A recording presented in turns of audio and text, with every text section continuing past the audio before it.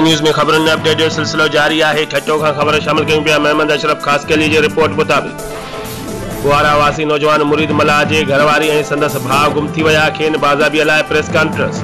मुरीद मल्ला press club Mirpur साकरो पहुची conference कंदे ॿुधायो त आऊं असल मीरपुर बठोरो जो आहियां।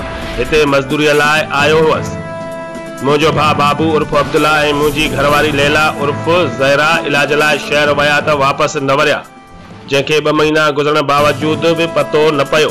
अद जी पुलिस के बार बार चयो पर पुलिस हेल ताईं को भी कदम न खयो। हुन वधीक ॿुधायो त मूंखे ख़दशो आहे त मुंहिंजे भाउ ऐं मुंहिंजी घरवारी खे किथे मारियो न वियो हुजे। हुन जो चवणु हो त आऊं ग़रीब हारी आहियां, सख़्तु परेशान आहियां। मुंहिंजी घरवारी ऐं मुंहिंजे भाउ जी ॻोल्हा में मदद कई वई।